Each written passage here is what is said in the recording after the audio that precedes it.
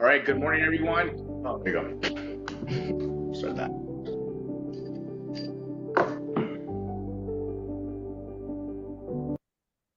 Being held in compliance with the Brown Act. SCAG offices are open for members of the public to attend and participate in person. Instructions for providing public comment have been provided in advance and are also included in the agenda packet. If a member of this body is attending remotely but is not at a location specified on the agenda, they may observe and comment as a member of the public, but may not participate in any member discussion or voting of this body.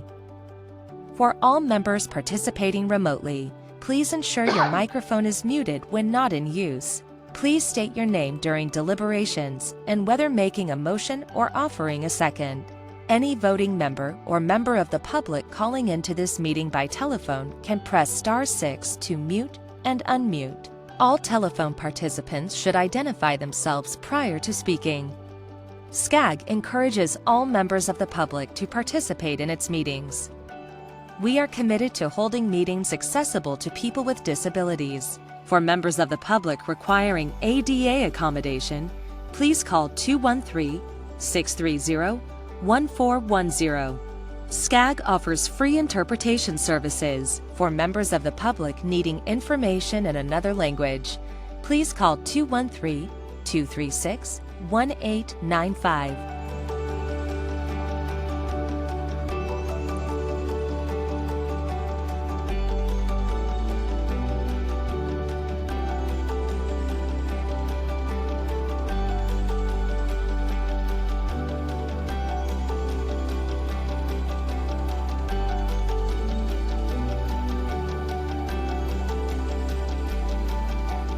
The meeting will now begin.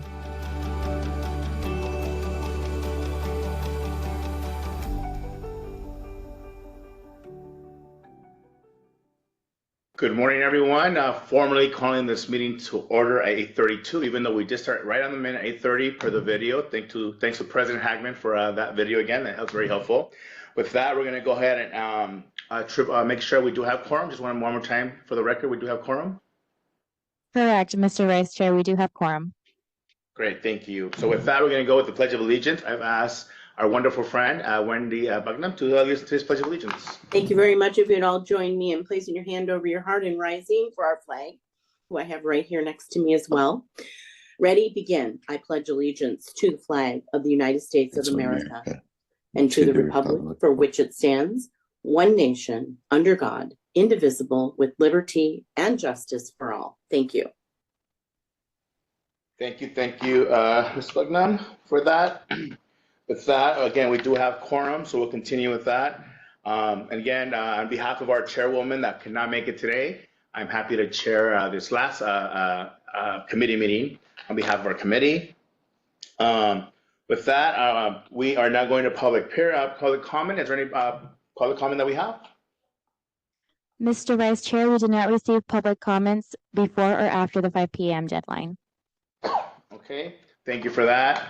With that, there's no one here in the screen that wants to say anything. Nope. Okay, we're going to go on. We do have a presentation today by our good friend Paul Mitchell and Francisco. We're going to be ready for that, right? Just triple checking. Just.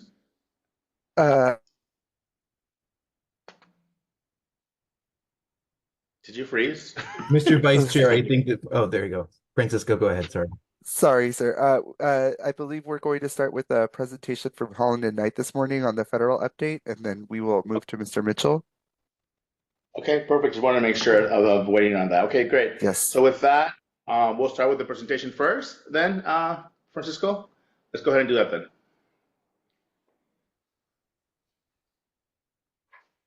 Okay, great. And I believe we have our friends at Holland and Knight, our federal lobbyists, on the line to provide that presentation this morning.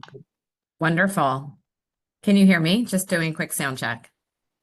Wonderful. And congratulations, Acting Chair Salache, on your victory. So excited to have you in Sacramento.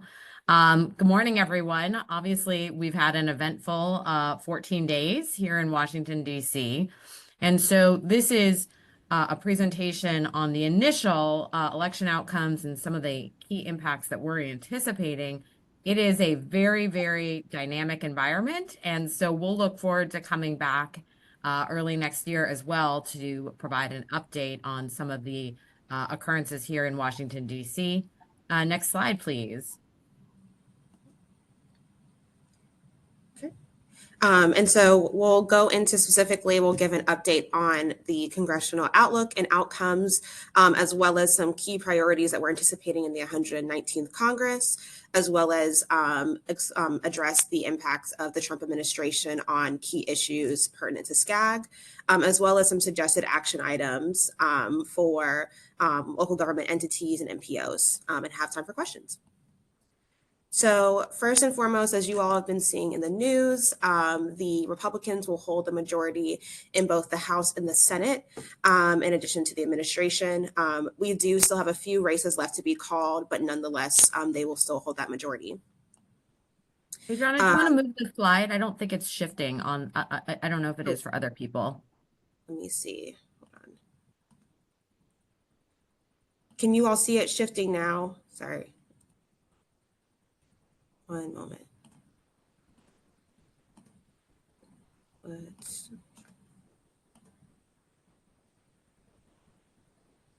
Okay, can you all see We my can screen? see House overview slide. It looks like that's Okay. slide number 6.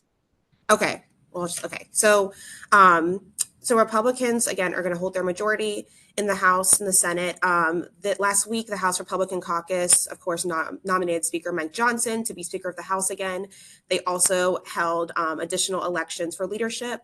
One of particular note, they selected Congresswoman Lisa McClain as the Republican Conference Chair, to replace Congresswoman Elise Stefanik of New York, who has been nominated to be Ambassador of the UN. And the House Democrats actually held their leadership elections, are holding them today, and will elect the same leadership they have currently, including Democratic Leader Jeffries, Democratic Whip Catherine Clark, and the Democratic Caucus Chair Congressman Pete Aguilar. So just a quick note that there have been some changes to SCAG's delegation in the House. There are certainly some familiar faces that I know you all know from Sacramento: Luz Rivas, Laura Friedman, and then the Michelle Steele race still has not been called yet against Derek Tran. We expect to see a recount in that even when it is finally called. Dave Min, George Whitesides, and of course, Gil Cisneros. So a number of new folks that we'll look forward to meeting with in DC early next year. And then going over to the Senate, Republicans again have a majority and unseated few senators, including Senator Sherrod Brown, Senator Tester in Vermont as an example, and won the seat held currently by Senator Manchin in West Virginia to give them a majority. Senator Bob Casey, while it's anticipated that Republicans will take his seat, he has not yet conceded that race. And the Senate Republican Conference also held their leadership elections last week. Of note, they elected Senator John Thune to be the Senate Majority Leader, as well as Senator Barrasso and Senator Tom Cotton to be Majority Whip and Senate Republican Conference Chair. Senate Democrats will hold their leadership elections later in December, and are expected to also keep their same leadership. And with Republicans having control of the Senate, they will, in the 119th Congress, oversee the confirmation process of President-elect Trump's cabinet members, as well as members of the federal judiciary. And so in terms of where this leaves us for the remainder of the year, again, the 118th Congress, they returned from recess last week. They have a number of priorities to get through before the end of the 118th Congress, including extending government funding, which will expire on December 20th. We are hearing that they will pass a short-term CR likely through to March to extend government funding while they work on the FY25 appropriations bills. They are also expected to pass the National Defense Authorization Act and the Water Resources Development Act, as well as the Emergency Supplemental Funding Bill to support disaster relief from the hurricanes that you all have been seeing earlier this year. And so Congress will adjourn for Thanksgiving recess next week, come back for the remainder of December, and then the 118th Congress will adjourn on December 20th. Following the holidays and New Year, the 119th Congress will be sworn in on January 3rd. And finally, the presidential inauguration is for January 20th. So looking ahead to the 119th Congress, they've got a significant to-do list.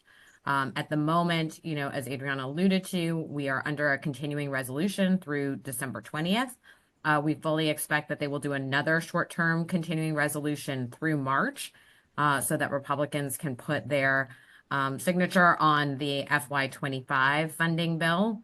The debt ceiling expires on January 1st. They can push that out by a few months using extraordinary measures, but of course, that's always been a hot button issue. And so that will be a topic of conversation early on. And then Republicans have signaled that the very first thing that they want to address is the Tax Cuts and Jobs Act, which was the package that President Trump passed around tax cuts in his first term. They are planning on doing this through budget reconciliation, which is a procedural maneuver so that they could do it with just a simple majority.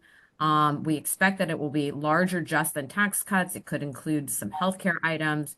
We expect to see portions of the Inflation Reduction Act, which was passed during President Biden's term, to be repealed and used to pay for the Tax Cuts and Jobs Act. There are a number of tax credits there that Republicans have signaled that they will be targeting, as well as unobligated funding from the Inflation Reduction Act. And then, of course, surface transportation reauthorization. The current bill expires September 2026. That historically has been a bipartisan bill. And of course, on the last go around was the vehicle for passing the bipartisan infrastructure law. And we're going to talk a little bit more about that, but that will be a huge item. May not get done in this next Congress, but they will begin to lay the groundwork. And then, you know, the president-elect has signaled that he will be working hard to get additional judges confirmed, as well as, of course, his cabinet appointments. So next slide. So looking ahead to surface transportation reauthorization, as I mentioned, it expires September 2026. It was a huge, huge influx of investment, as we know, in infrastructure. And I think there's going to be a lot of pressure to consolidate and eliminate programs for this next go around. A number of priorities for the Republican-controlled Congress will include, you know, more funding for state DOTs and rural communities, obviously less emphasis on climate, environmental justice, a real focus on streamlining regulations. And I think there will be a hard look at many of the programs that were included in the bipartisan infrastructure law in the last go around. Some of those may stay. And, you know, that will be important for SCAG to weigh in. And we've been working closely on priorities there. But of course, some of them will be eliminated as well. Next slide. So just a quick reminder in terms of the committees that are going to be really important on the House side, that's House T&I Committee. House T&I is expected to have a new chair. It's currently chaired by Sam Graves. He would need a waiver to stay as the chair. We don't expect him to get that.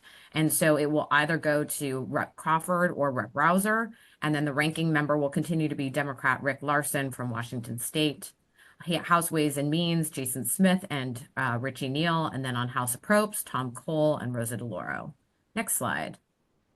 On the Senate side, as you'll recall, it's much more broken up. And so Senate EPW Committee, which is led by Senator Shelley Moore Capito, who historically has really worked well on a bipartisan basis. She'll have a new ranking member, Senator Sheldon Whitehouse, because Tom Carper has retired from Congress.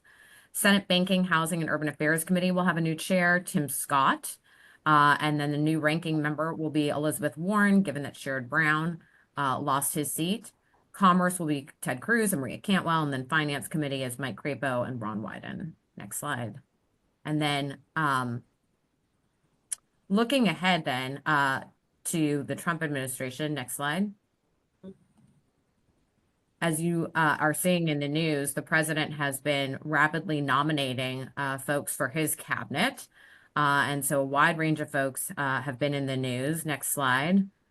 As well as appointing his senior staff, a number of folks coming back. Stephen Miller in particular will be the Deputy Chief of Staff for Policy. Immigration has been a huge focus of his, so he'll play a very strong role. Next slide. And then, of course, last night, the president named Sean Duffy as his nominee for Secretary of Transportation. Sean Duffy, you may know, was a real-world contestant before he went to Congress. He was in Congress from 2011 to 2019. He served on Financial Services, Budget, House Oversight, and the Joint Economic Committee. He's currently been a co-host on Fox Business. And a number of folks from our team have worked very closely with former Congressman Duffy. He has historically worked on a bipartisan basis, although less known in the transportation space. Next slide. In terms of priorities for President Trump, President Trump has historically been a big fan of infrastructure, bridges, and roads. And so we expect that he will certainly have priorities for the surface transportation reauthorization.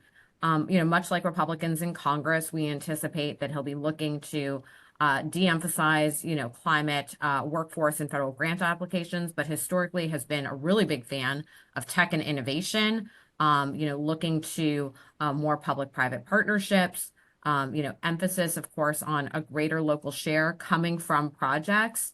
And of course, an emphasis on American manufacturing and job creation here in the U.S. And then just touching quickly on a couple of other areas that I know SCAG has been active on, on housing. We expect to see a push to have less funding in the housing space. In the homelessness space, a reduced emphasis on housing first. Trying to do more housing benefits through time limits or work requirements. Last time around, there was an effort to de-emphasize fair housing and fair housing regulations. Next slide.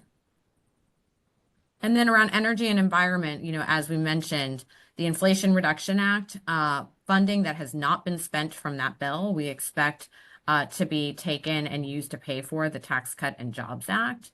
And so, Trump has signaled that he would like to significantly weaken the EPA. And of course, we have former Congressman Lee Zeldin from New York, who has been nominated to run the EPA. Next slide.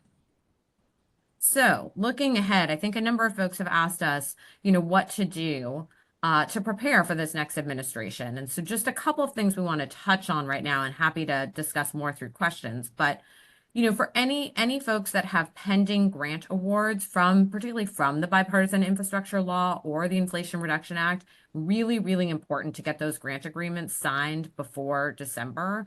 The president has indicated, and his team have indicated, that they would like to challenge the Budget Control Act of 1974, and that they may try to withhold spending particularly from programs that they don't agree with.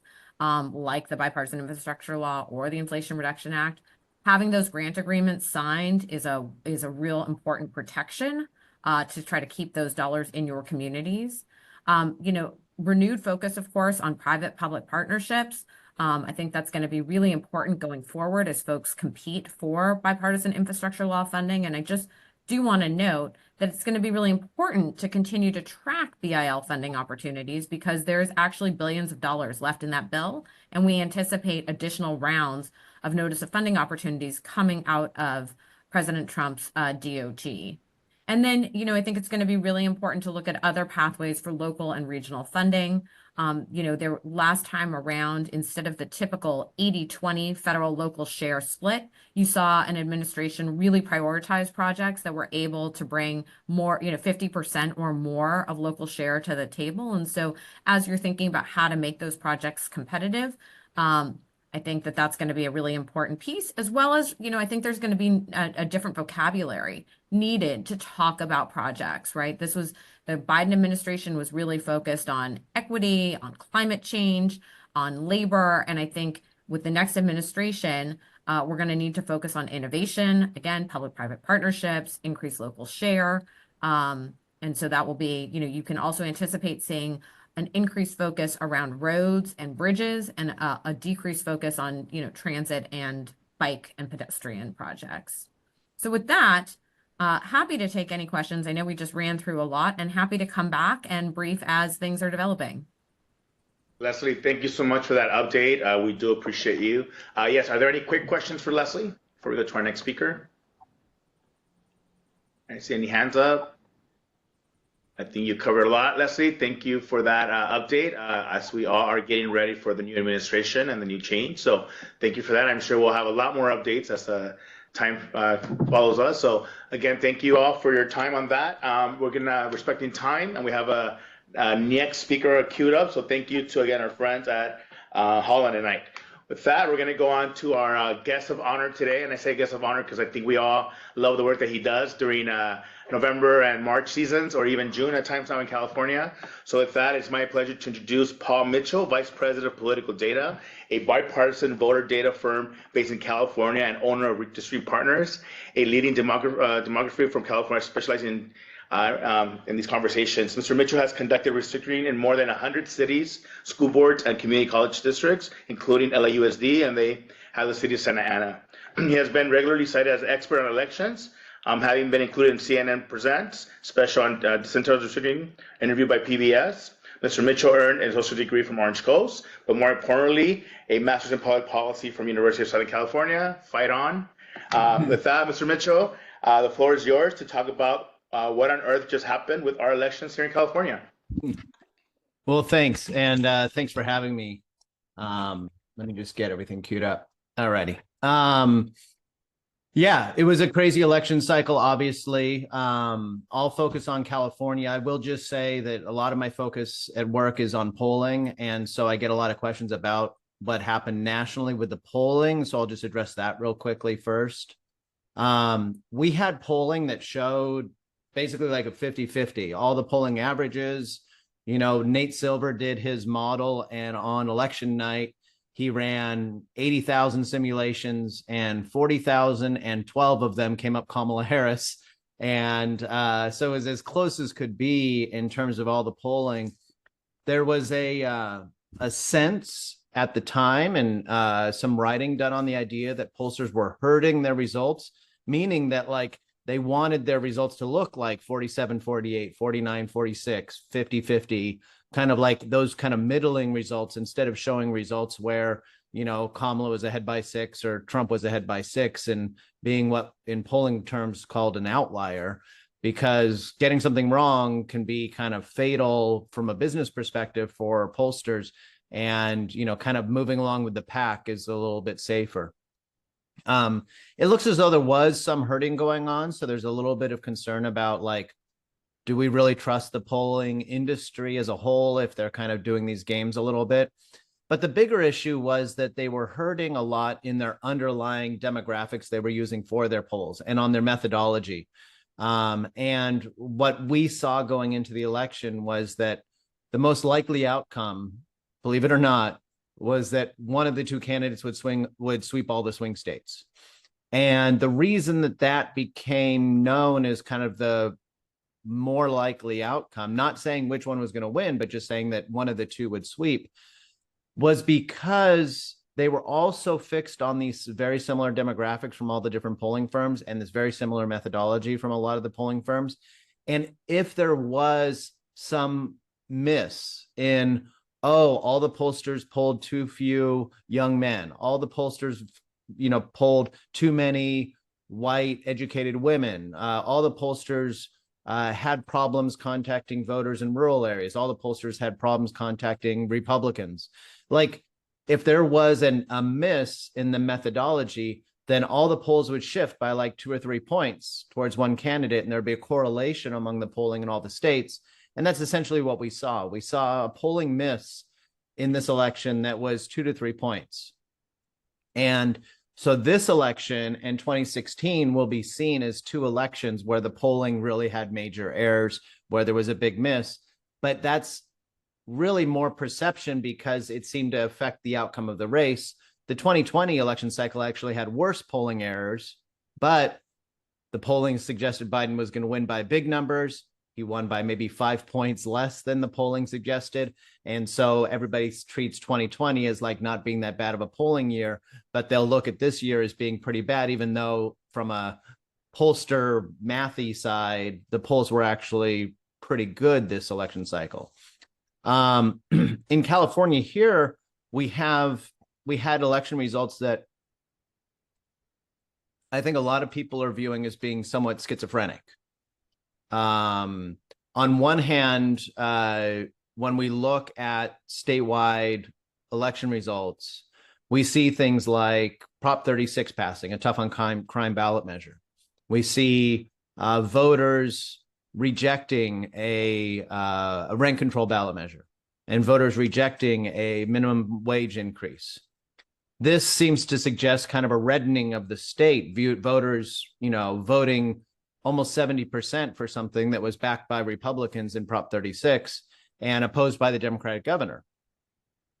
At the same time, there was a little bit of overreaction because early on, Steve Garvey and Donald Trump were like over 40% support, and you had all these counties that were voting Republican, but a lot of that had to do with, as the ballots come in, votes change in terms of, these different waves, and I can talk about that real quick. I'll actually show some interesting data on that just so people are a little bit more informed. At the same time as the state had this potential reddening around these issues, and a slight increase for Trump over 2016 and 2020. Democrats also in California have picked up at least 2 congressional seats, it looks like. So they held the Katie Porter seat in Orange County. They picked up George Whitesides over Mike Garcia in Northern LA County. And it looks like they're going to pick up Tran over Steele in the 45th Congressional District, which is like Garden Grove, Fountain Valley, going into Street of Sartesia in the LA area, and then going around to North Orange County and Fullerton and so on.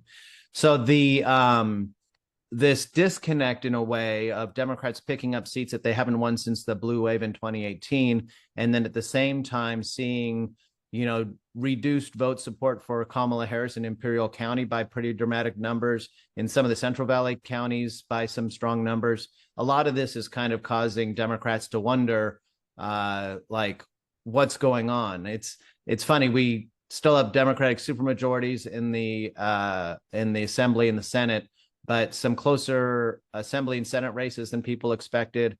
And again, like, this all lends to kind of like this question of why was the state seemingly so schizophrenic? I'm going to show a couple things that are tools that campaigns have used to watch these election results and to watch the vote as it was coming in before Election Day, and kind of point out some things that kind of do some explaining, particularly of the issue where you see a lot of races start out like the first ballots that come out on election night, the Democrats are looking really great. And then by the time we go to bed on election night, oh my gosh, the Republicans are winning all these races. And then in the days and weeks after the election, seeming shift, where some districts seem to go more Democratic and some districts seem to go more Republican. The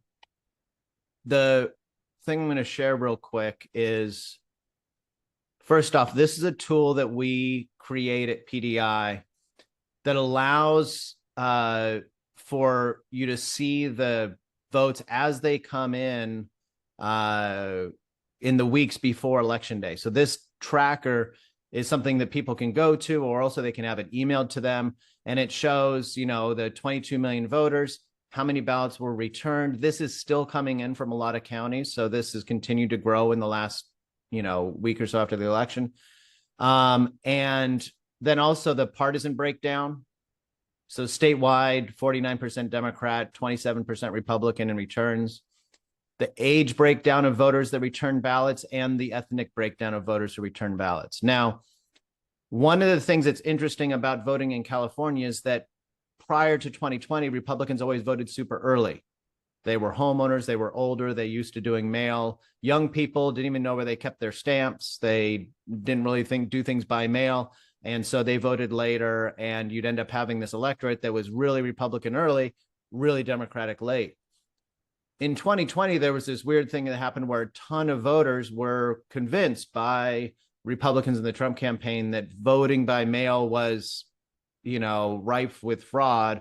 So we need to, only vote in person. And so a lot of Republicans still are only voting in person, particularly inland Republicans are much more likely to still vote in person, whereas suburban coastal Republicans seem to be converting back to vote by mail. So there's some shifting in these trends. But when you look overall, you can see this real interesting impact of the way in which ballots come in. So these are charts that show over time the rate of Democratic ballot returns Republican ballot returns, and independent ballot returns. You can see independents in particular start off really low in the vote by mail, but then they come in late as those younger voters who are more likely to be independents vote. When you look at age groups, it's super dramatic. The early ballots are, more than half of them are coming from seniors, even though they're only about 24% of the voters. Then senior ballot returns drop off because they've already voted. So later ballots have very few seniors. So down here, you have seniors being, 10, 15% of the electorate in the ballots that are received by counties and processed after election day, even though they were 50% of the ballots that they were receiving and processing, 3 weeks earlier. Young people grow in their share of the electorate. So young people will be the largest group, 18 to 34-year-olds in the later ballots, even though they were very, very low in the early ballots. And then Latinos grow, the yellow line, as you get to later voting as well. So there's these patterns that we have, and it ends up playing out in how elections, how the shape of those elections. Let me show another one. This is just Orange County, same thing. You can see in Orange County, particularly the partisan break, where early on you have a lot of Republicans vote and Democrats voting early, but then there's this break. Basically, election day and all the ballots the county processes after, because they're verifying signatures and getting these ballots through the system and tabulating them and all that. As they're doing that, you're seeing these ballots get much more Democratic than Republican, because a lot of those voters who are voting later are more younger and minorities. You can see this spike also in young people in the late ballots is huge, whereas in the early ballots, it was really old. So these dynamics play out, and I created this map of the state to kind of describe different buckets of ballots that the counties are receiving to kind of help explain a lot of this too. So if we look, this is the early vote by mail drop box. This is ballots that were received prior to November 3rd. So counties were able to process those before they, opened the polls on Tuesday, election day. They'd already processed all these ballots. And you can see the state, inland is more conservative Republican. That's what we would expect. And the coastal areas are more Democratic. This is by congressional district. So like this one down here is the ISA congressional district. This one in here is the Kim 40th congressional district. And so you can see the congressional districts on the inland are more Republican in the early ballots received. Election day, some of these counties, like let's say, I think this right here would be Kings County, or this is the congressional district for Valadeo. This is a good one. Valadeo's congressional district was Democratic advantage of 6.5% for ballots early received. People who voted in person at the vote centers, it was 17-point Republican advantage. So it goes from 6-point Democratic advantage to 7-point Republican advantage. Even the old McCarthy seat goes from 25-point Republican advantage to 42% Republican advantage. Like, it's crazy the way that these districts go on election day to have huge numbers of Republicans. And you can see this whole map is almost entirely red, except for kind of Bay Area counties. Then you look at the late vote, and you can see even these red counties are a lot more pinkish, and these blue counties have really grown. And if we go to a district that's like right now in the news, everybody's talking about the 45th congressional district. Let's let this load up, sorry. So if we go to the 45th congressional district, you can see this dynamic really up close. Early vote, Democrat 5.1 advantage. And look at this, seniors were almost 30% more than young people. On the vote center, the Republican advantage went to 14 points, or 14.9, so basically 15 points. So it went from 5-point Dem advantage to a 15-point Republican advantage, a 20-point flip from voters who voted early versus voters who voted at the vote centers in person, day of, mostly day of. Then you go to the ballots that are being received and processed late, 18.5-point Democratic advantage. Now, when we break down the votes that the candidates get in each of these buckets, among the early votes, it's estimated that that wave of voters gave Tran a 3.16% advantage. That was the first ballots that were counted. When you pull out the ballots that were counted in the second wave, the Republican advantage for those ballots was almost 25 points. So a big, huge swing. In the ballots that have been counting after Election Day from these vote by mails that were received from November 4th and November 5th, postmarked by November 5th and received into the days after, you're talking a 14-point advantage for Tran in those late ballots. We can see that in this district that flipped, and we were expecting it to be a Democratic flip, given the way it's going. He's only, I think, 100 or so votes ahead, but it seems directionally that's the way it's going. And you can see the same thing in the George Whiteside's district against Mike Garcia in Northern LA County, 14-point Democratic advantage, 12-point Republican advantage day of vote centers, and an 11.6% advantage the late ballots. But let me point out one example that's the counter example. The 41st congressional district, where Democrats spent maybe $10 million for Will Rollins against Ken Calvert, you see early vote, 5-point Democratic advantage, day of 25-point Republican advantage, but ballots received after Election Day still a 5-point Republican advantage. So this district is having what's called a red shift, meaning that as more ballots are counted, Calvert goes up and up and up. And that's in contrast to the 25th and the 45th that we're having Dem advantage. You can also see Kevin Kiley up in Northern California, like the Roseville, all the way out to Inyo, Mono counties and all of that. The late vote there is a little bit Democratic, 1.2% by registration, but Kiley has been gaining votes. He's gained 6 percentage points in the late vote because the Democratic advantage is so small there. So in this district, the Republican advantage early Democratic, or early like half a point Republican, Election Day, 30-point Republican advantage, late ballots, 1-point Dem advantage, but still Kevin Kiley has been gaining in this district. So this is a red shift district in the third. So the more inland districts are more likely to be red shift, the more coastal districts are more likely to be blue shift. So that's just one thing that seems to be at the top of everybody's mind. So I wanted to give kind of a deep dive on that. And I'm also happy I'm here for as much time as you want and just answer any questions you guys might have about the election, about polling or data, about voter stuff, anything. Paul, thank you so much. I think we all are political geeks, and I love this information. Entertain some questions. I know I see Alan Wabner with the first question. Mr. Wabner. You're on mute. You're on mute, sir. Sometimes There you people go. like that. Hey, Paul, thank you very much. I appreciate your report. A simple observation for me, though, is I believe sometimes the polling is off when it comes to Trump. People are embarrassed to talk about him publicly, but when they get in the ballot box, and that's where they vote for him. So I think that might help skew some of the numbers as well. There's really no way to measure the people that are lying. Yeah, there's been some discussion about like a silent Trump voter. This is also kind of a thing that was discussed years ago. It used to be called the Bradley effect. So for those of us who are old enough to remember, Tom Bradley ran for governor and the polling showed him leading. But then he lost, and everybody's like, well, maybe voters like don't want to say that they're not voting for Tom Bradley. So they'll say they're voting for Tom Bradley, even though they're not going to.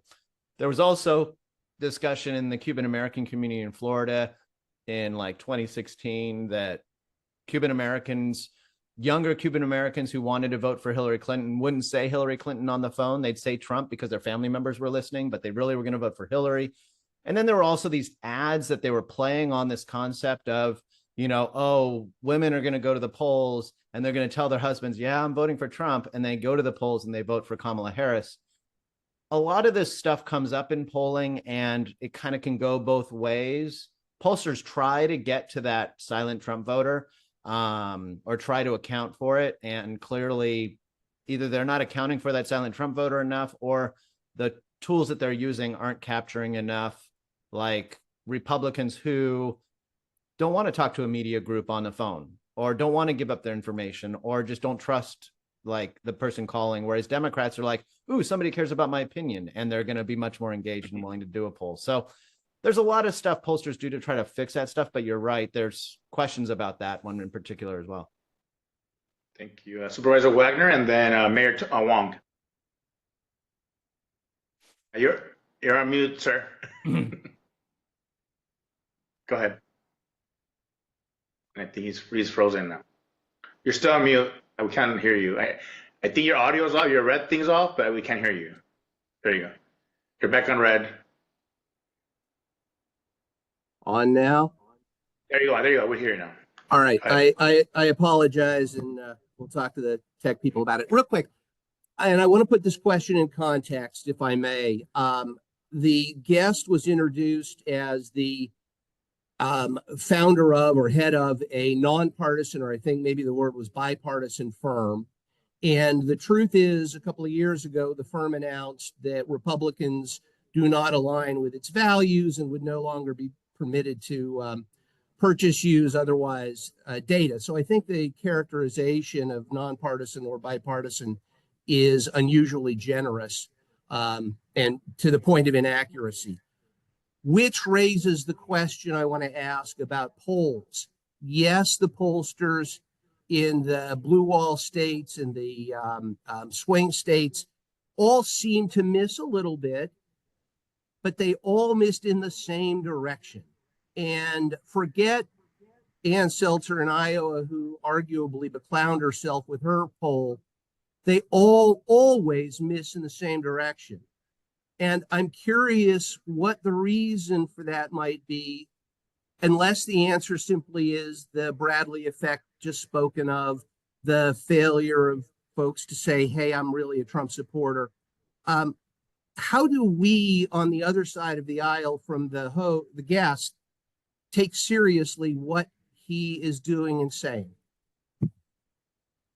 I'll just address this real quick. The supervisor is correct. Back in 2021, when I was on leave from the company, they decided to go and become a firm that for the congressional, legislative, and statewide races works only with the Democrats. And it was due to the fact that the CRP was doing their own data thing, and also because the company was trying to work in national politics. And national politics, data is totally partisan, which I hate. We also, by the way, work with a lot of Republicans. Almost all the Republican consultants use PDI. We work on both sides of all the ballot measures. We work in all local government races.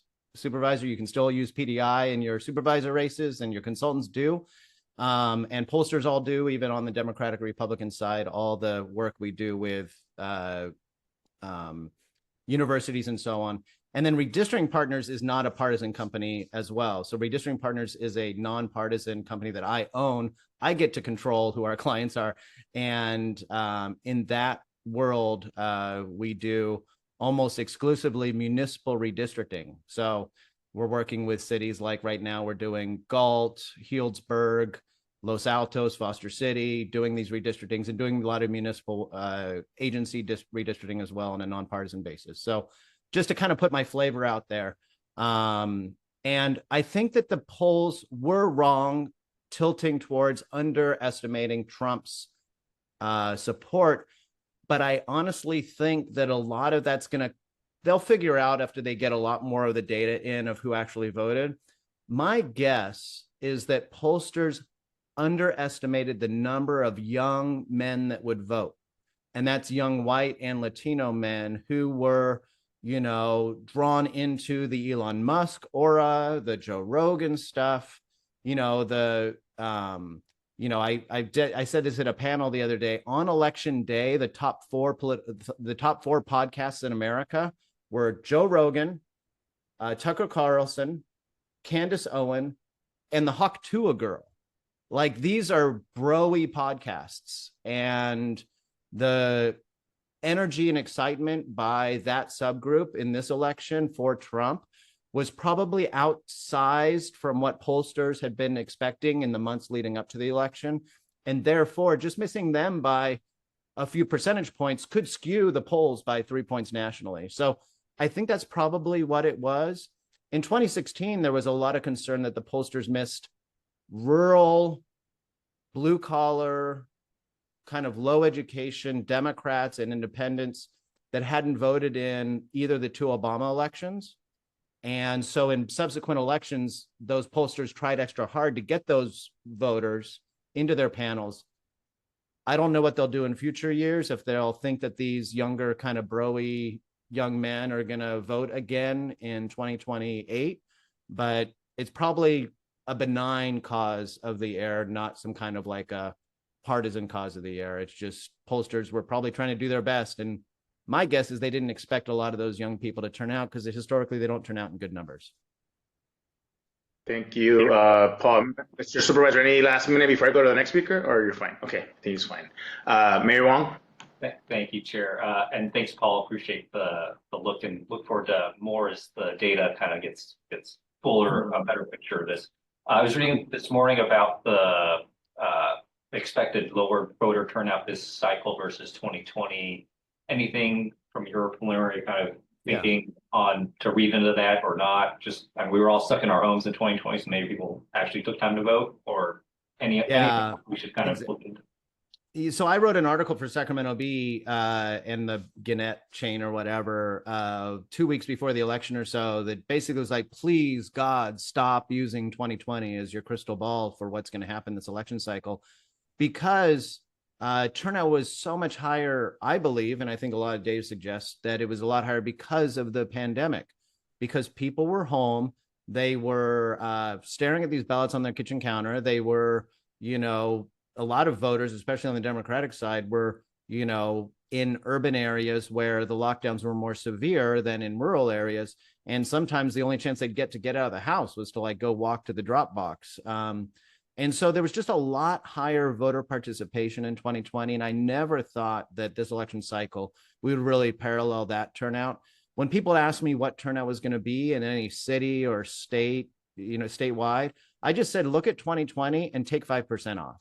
Like, I just didn't think that we would get, the 80% statewide turnout. And it does look as though that turnout deficit impacted Democrats more than Republicans, which makes sense because a lot more Democrats, like I said, are in urban areas or were, more, staying at home more and more in those situations where they were, not having distractions of life. I mean, one of the funny things is pollsters like to look at voters who don't vote.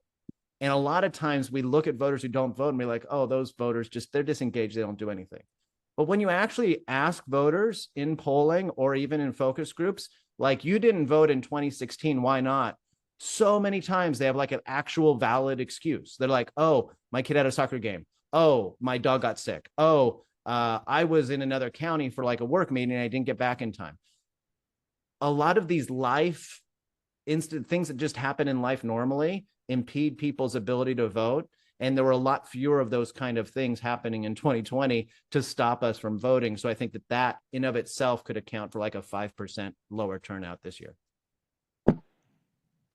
Paul, one last question for me, and we can wrap it up with this.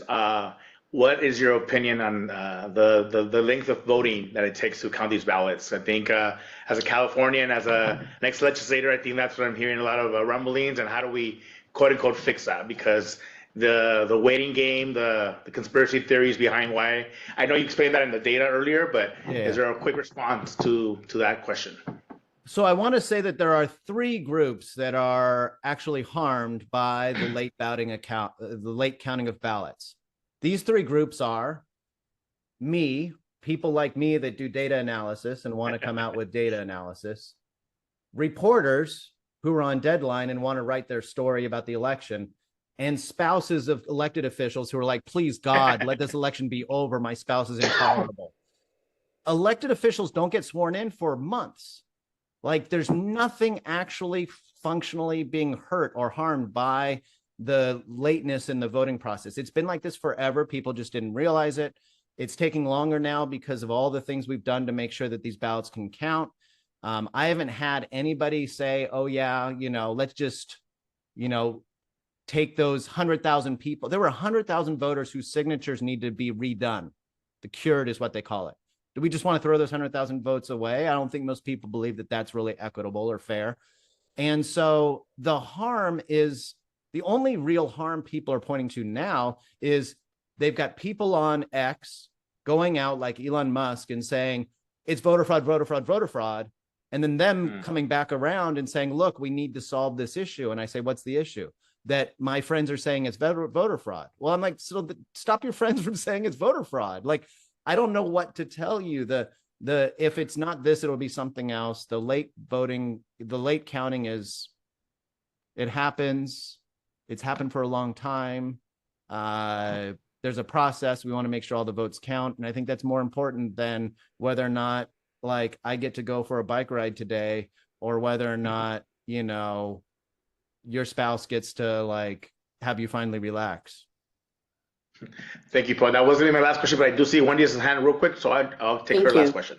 So thank you. And thank you, Paul, for the info. And I just want to say I mean, I think part of the reason that the question is asked about the polling and neutrality of such is that sometimes it's often thought that some of this is influencing outcomes.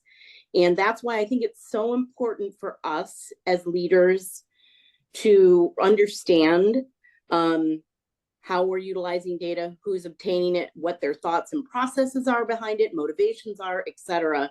So you're speaking to a bunch of elected officials that get the tons of questions, and as you noted, spouses, et cetera, included. So I hope you take that with the spirit that we have to drill down into this, and we have to look. And to the voter fraud issue, I will say, when we have such advanced systems that take care of data so quickly, and then you see not the same thing happening at the end of an election, that very thing does create this cloud of distrust, unfortunately. And I realize that's been happening for years, but we have it's a challenge that I think has to be addressed at some point, so that we can maintain trust in our election system. And I know that's not your mission, but I just wanted to share that. No, and I appreciate that. I will tell you that people have brought up the fact that technology is so great in California. Why can't we do this better? We can.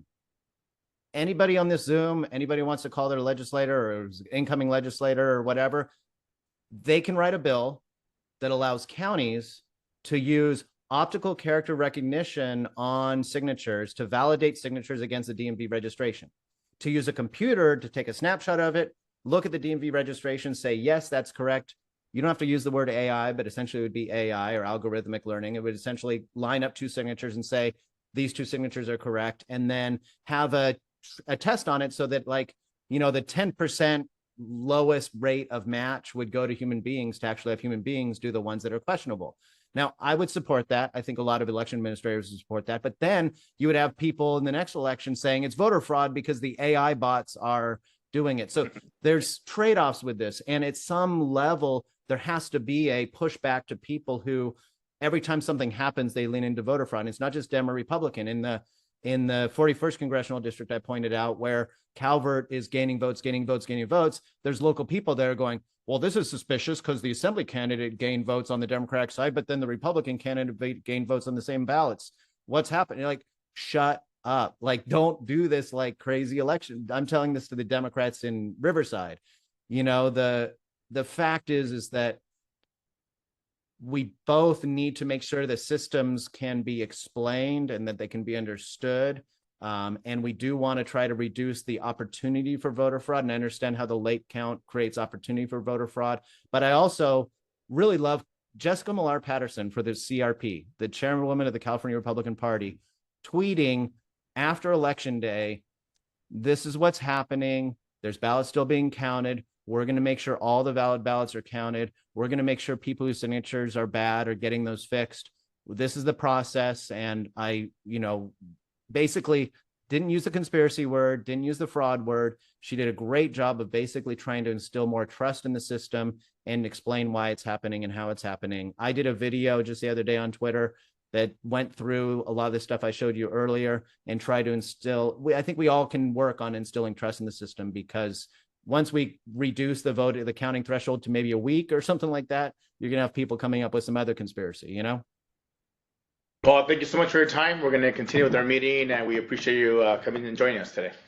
Thanks for having me. Take care. Thank you. All right, folks, thank you for your flexibility in organizing the agenda today. We're going to go back real quick to our actual action item. So with that, I did call for a public comment earlier, but just with triple checking any other public comment, just to go back to that part of the agenda. Just triple checking, no, not. No comments via Zoom and no members of the public in person.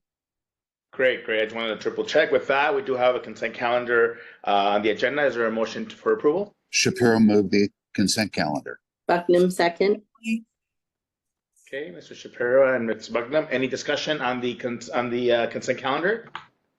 Seeing none, we'll roll call, please. Cindy Allen. Cindy Allen.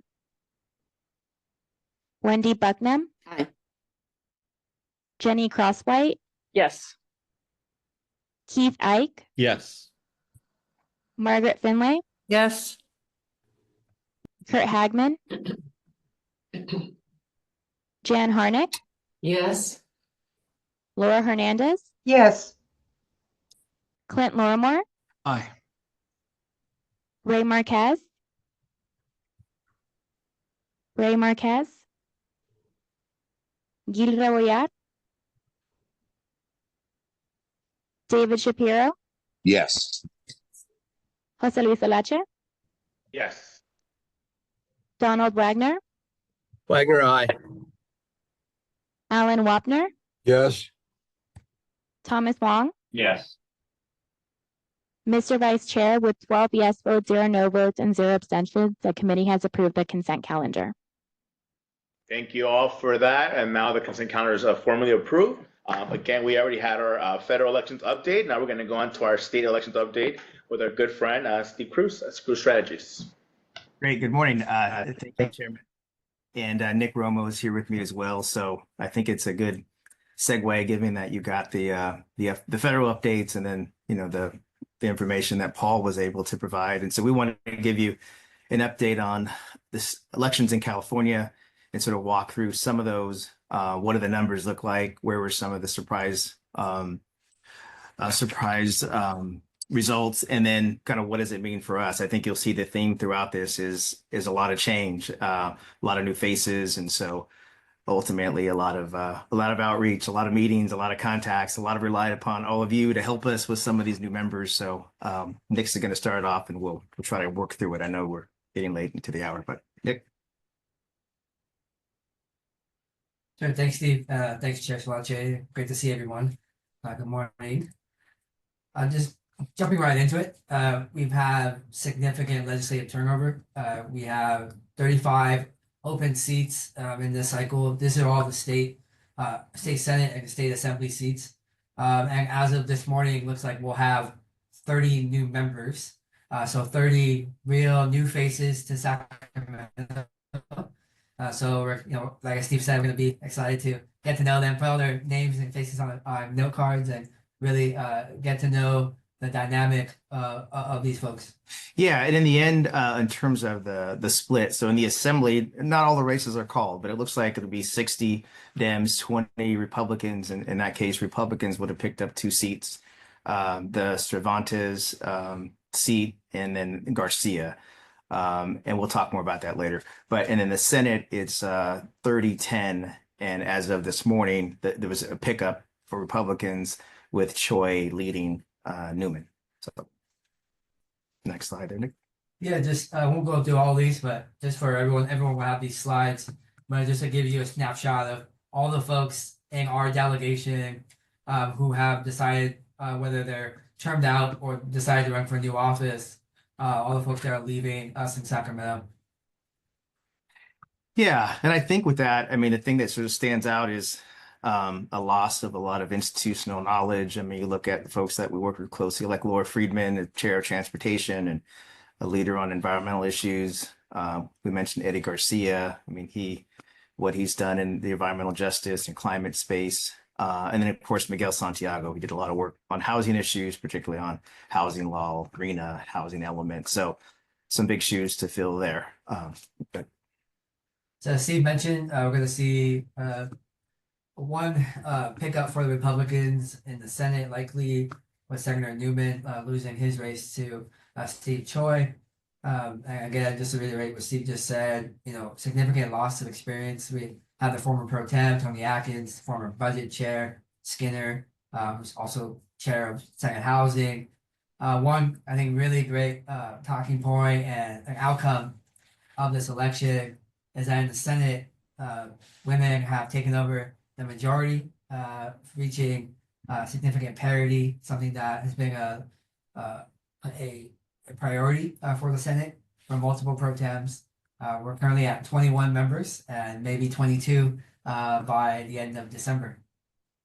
Yeah, I guess of note, and it seems early to be talking about this, but with leadership in the Senate with Pro Tem McGuire, he's got another 2 years left before he's termed out. But the pattern has been usually with a year left, they make a move and announce new leadership. Last when McGuire was elected, it was February, so you never know when these things can come together. So there's a lot of jockeying it up here behind the scenes that you're hearing about with new leadership and some names that are familiar.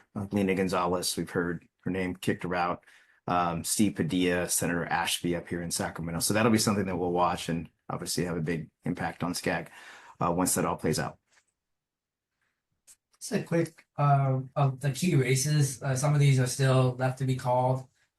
Just to highlight a few here for you. Again, that Senator Newman race, I think a little bit of a surprise to a lot of folks.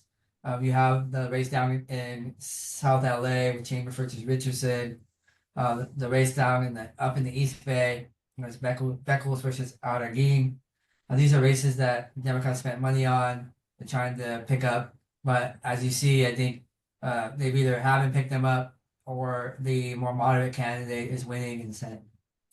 Yeah, and I'll just mention a couple there that we kind of told you the pickups by Republicans in the Senate, but I know one of them of interest that we were watching was Valadares and her return to Sacramento after winning a Wilkes Senate seat, where she previously served in the Assembly, and then Ochoa Bowe, that was another tight race that Dems heavily invested in. And Nick sort of alluded to it, but just the moderate shift, and so did Paul with some of the ballot measures. And so for us, it's kind of assessing ultimately, like, what are the policy impacts based upon what we saw in terms of the voters, desire, particularly on public safety and quality of life issues. So we believe there will be an impact, and so we'll kind of be assessing that and sharing that with you, particularly as we meet with some of these new members. Just quickly, new SCAG delegation members in the Senate. We have two folks that have jumped over, Eloise Reyes-Gomez, and Sabrina Cervantes now in the Senate, and a couple new members for SCAG delegation to get to meet. Yeah, and again, we'll see there. The Laura Richardson is actually, I think that one's too close to call, but she was, definitely the moderate of the two candidates there. And then I think again to I think Nick's point, just a lot of introductory, but one point that I wanted to emphasize, certainly be calling upon you, those of you that have relationships, I know that you do with some of the new members, certainly want to look to you for some help and direction and cultivating those relationships. Some of this we've touched on already, but definitely wanted to put on the slide all the new committee chairs that we'll see in the Senate. So that significant turnover does have sort of that pragmatic kind of operational impact in how we're going to do our work. I think top of mind for this delegation for SCAG should be who will be the next housing chair. We are losing Senator Skinner, and that obviously going into a year where we're going to be focusing on building more housing, seeing kind of this mandate from the governor and the legislative leaders. That will be a big question mark going into the next few weeks here. Yeah, and as far as key committees, Nick mentioned housing, but for transportation, Lori Wilson is the chair. She's fairly new into her term. I don't expect any changes. You never know, but given that the speaker is, in his first couple of years, expect him to stay on. I don't expect a change there, but I know that there'll be changes in committee membership. And then the Senate side, Cortese, similarly, we don't expect a change at this time. And I think even if there's a change with McGuire, I don't think they'd be disruptive on the transportation committees until later in the year. Just quickly jumping over to the Assembly, you do have at the moment, again, caveat, a +2 gain for Republicans, and again, losing significant experience from the Assembly. Yep, go. There's some key races here. We've mentioned some of these. You have the Eduardo Garcia race that district that he's leading, and you had the Republican here, Gonzalez, who's winning that seat currently. I believe Steve, maybe last night he declared victory. That's right. That's right. And then you have some really close races that the Democrats definitely spent money trying to pick up. You have the Cervantes versus Castillo race, and the Holston versus Wallace race here. Yeah, and then again, congratulations to our chair. Huge expectations when you get to Sacramento, but no, congratulations again. I think it's sort of reflective of some of the candidates that were selected that really had a unique backgrounds and will bring I think a different perspective to Sacramento. Certainly a key race to us. Congratulations. Thank you. Even bigger new family and the SCAG Assembly delegation. Significant amount of new members, a lot of new faces, a number of folks who either have been hanging around Sacramento politics for a number of years, but certainly now going to be sworn in on December 2nd. And as Steve mentioned, we're going to be hard at work with your legislative team, really getting in front of these members, getting them to know what our priorities are, who we are, and really push through our agenda. Yeah, I mean, looking at the calendar, we can't believe December 2nd. New members will be sworn in. They do open the desk at that time, by the way, so bills can be introduced. So I'm sure you'll see a lot of bills even on the first day. And then again, I think just a beginning of a lot of interaction and visits with these new members. I'm waiting for Kevin to plug the March Sacramento Summit. We'll be up here really asking you all to help us knock on these folks' doors. This key insights for here, again, we see some moderate shifts of either Republicans, again, they're picking up seats in the assembly. Plus, if we look at majority of these races, I think with one or two exceptions, the more kind of moderate or pragmatic progressive, as some of them call themselves, have won these seats. And Steve mentioned this, Speaker Rivas going to his second session. I think the first session he had some learning the job, setting the new culture. Now we're kind of going into Speaker Rivas' era. Yeah, and I think of note is there's usually more turnover, more changes because there's more members in the assembly and the terms are shorter.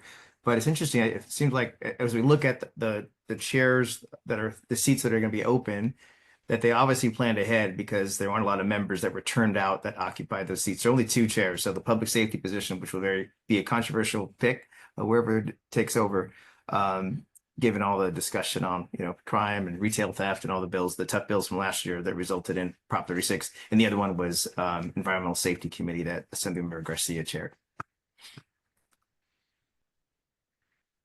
Yeah, we won't spend too much time on the ballot measure. I think you probably all at nauseam are hearing about the news on this, but we wanted to visually represent to you kind of the outcomes on the ballot measures, and kind of hammers home again when you're asking, and when Californians are not just ask whether or not you're picking the Democrat or Republican, there's a lot of nuance to who our voters are, what our communities are really concerned about.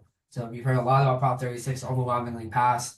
We see the sort of kind of hesitancy on behalf of the voters to approve minimum wage, approve this change to more bond from local governments, Prop 5, even a vote down of Prop 6, which is the prohibition on forced prison labor.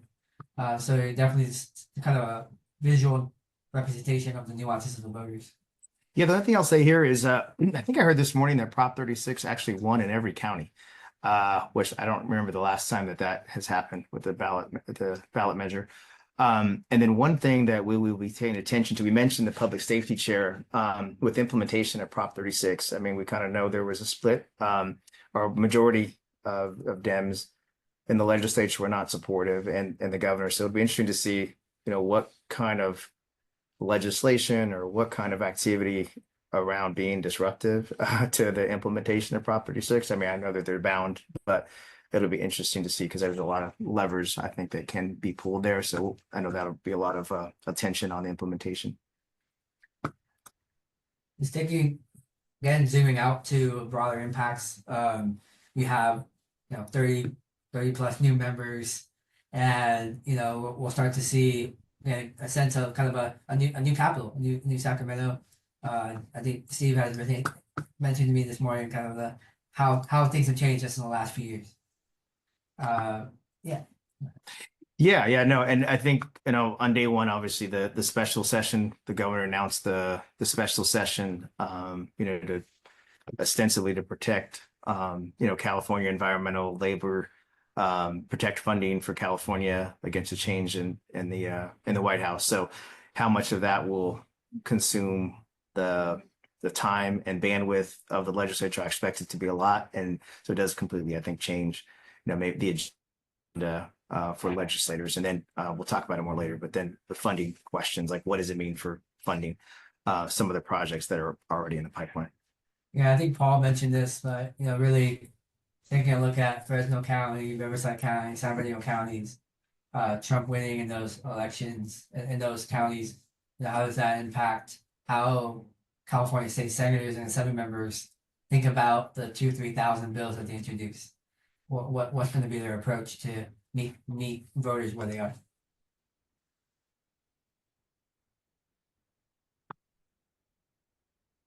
On the top line, federal, we won't go, and I know Leslie spent some great time on these things. These are things that we highlighted that we feel will start to really impact Sacramento, kind of the capital vibes, but also policy and the budget, immigration here. I think we're talking about deportations, reproductive rights. How will California legislatures align the state budget, special session, again, individual bills to impact these? And the bottom 4 bullet points here have real fiscal impacts to the state.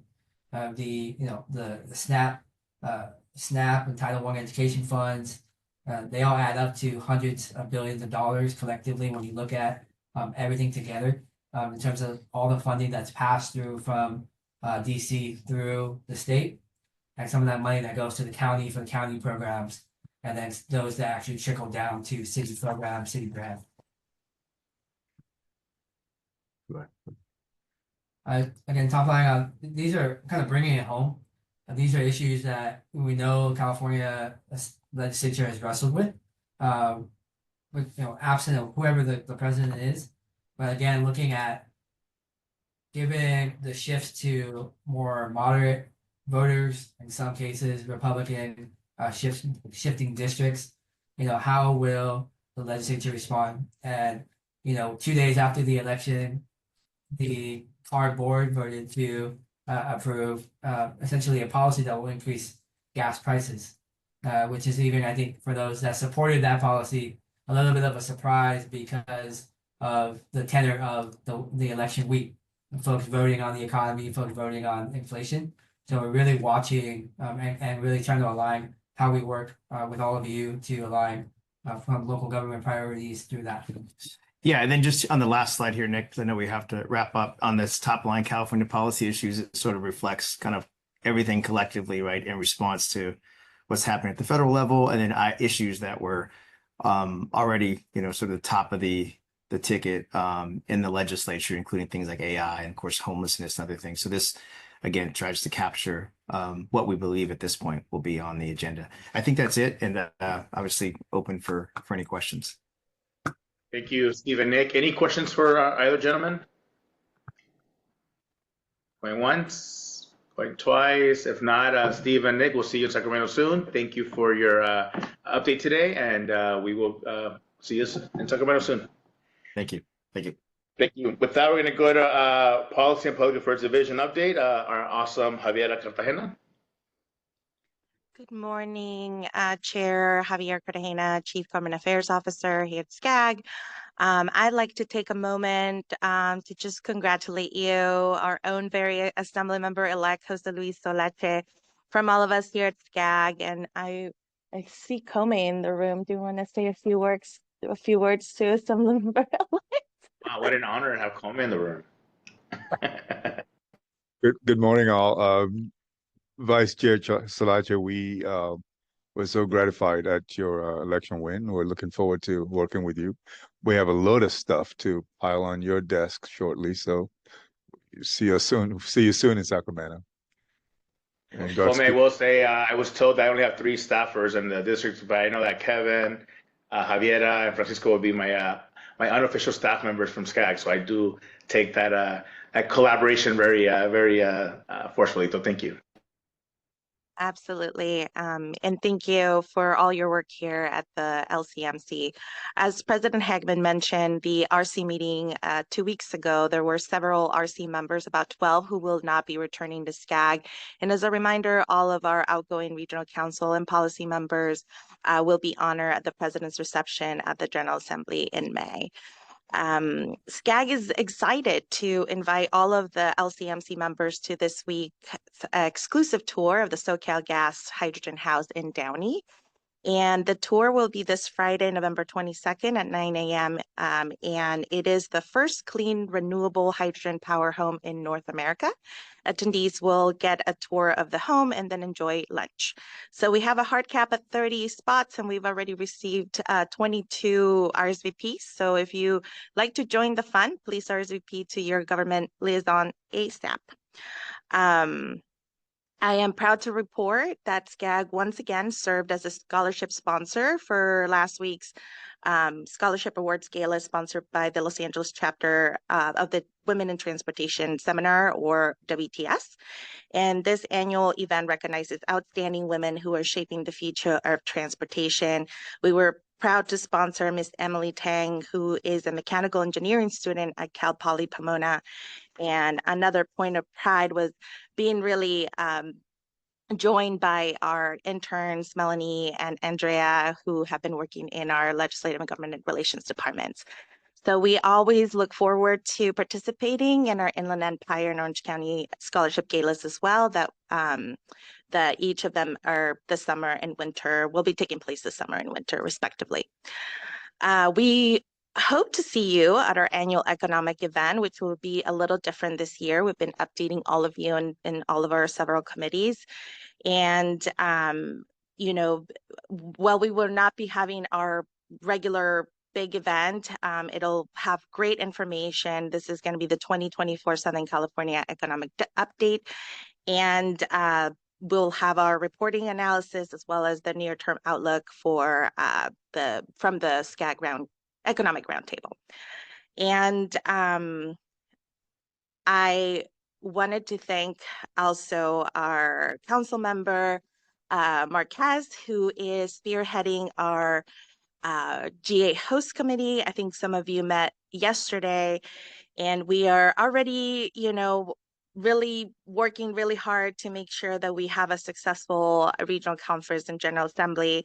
And as you all know, will take place May 1st and 2nd of 2025, the JW Marriott Desert Springs, as always. And as a reminder, this is our 60th regional conference General Assembly, and our diamond anniversary for those who like to follow that. If you are interested in becoming an event and sponsor or know of any potential leads, please contact myself or Perla Lopez, who you know. Last but not least, SCAG has been awarded a $6 million award from the U.S. Department of Transportation to improve pedestrian safety and accessibility as part of our efforts to support the 2026 World Cup Summer Olympic and Paralympic Games. This is through the Safe Street for All program, and just wanted to thank our legislative departments as well as planning partners on this really incredible achievement to support a very one of the biggest events in the country coming up. So that concludes my report, Chair, and it's been a pleasure. Thank you so much for all your support this past few years, and we look forward to working with you in Sacramento. Thank you, Ms. Cartagena. Any quick questions for Ms. Cartagena? Okay, seeing none, we're going to move on to future agenda items. Anything in the agenda for next items? If not, you have to talk to Patricia, your chair. I won't be here anymore. Announcements? Any announcements? Seeing none, and just 30 seconds, last 30 seconds from me. Just thank you to all of you for amazing colleagues. Thank you to the amazing staff. I cannot say how awesome Kevin, Francisco, Javiera, all the team here at SCAG. Of course, in the leadership of Come, which he's definitely doing an amazing job. So thank you all. You definitely have a partner in Sacramento. I expect calls from Wendy. I expect calls from all of you here. So please know that you have a friend, and I can't wait to host you all in March. When you're all there, I think it's March, right, Kevin? I think it's March. Whenever it is, I won't call off sick on purpose, so I will be there for sure. With that, big hug to all of you. It's been an honor to serve, and love this committee, and I will cherish it forever. No I raised my objection? hand. I'm sorry. I raised my hand. Go ahead, Wendy. Go ahead. I'm so sorry. And thank you, Chair. That's your acting chair, past chair. You've been wonderful. And it's good to know that we'll have a friend up there, and we'll try to take it easy on you. But one thing that I just wanted to share for good of the order is the mayor's conference in January is coming up in Washington, and I'm planning to attend that. So I would be very thankful if I could know if others are attending. I don't know if that's staff I see David doing a thumbs up. Anyway, so and some of us will be staying over for the inauguration. So I will be, and I would love to just make sure I connect with others. So I don't know what the logistics of that are, but I just want to put that out there. Thank you. Thank you. Thank you, Wendy. Okay, go ahead. Don't want to respond real quick, Wendy? Yeah, I can do a quick survey of our regional council members. Thank you. Okay, with no objection, we are adjourned at 9:51. Have a great day. We're 9 minutes early. Enjoy the rest of the morning.